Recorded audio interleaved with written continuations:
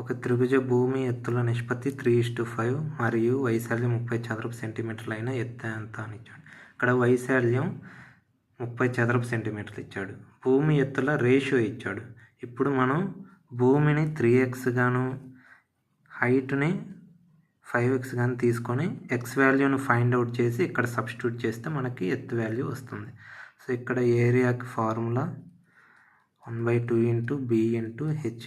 Here area ఎంత ఇచ్చాడు, 30 చదరపు సెంటీమీటర్లు అని ఇచ్చాడు. 1/2 × b ఎంత ఇచ్చాడు, b అంతా 3x × 5x. ఇక్కడ 2 ఇటు వస్తే 60 అవుతుంది. 3 5 15, x × x x². ఇక్కడ 15 4 టైమ్స్ క్యాన్సిల్ అయ్యింది. ఇక్కడ x² వాల్యూ 4 వచ్చింది. దట్ ఇంప్లైస్ x ఎంత 2 అవుతుంది. ఇక్కడ మనం h కనుక్కోవాలి కాబట్టి h = 5 × x వాల్యూ అంతా 2 అంటే 10 సెంటీమీటర్లు h వాల్యూ.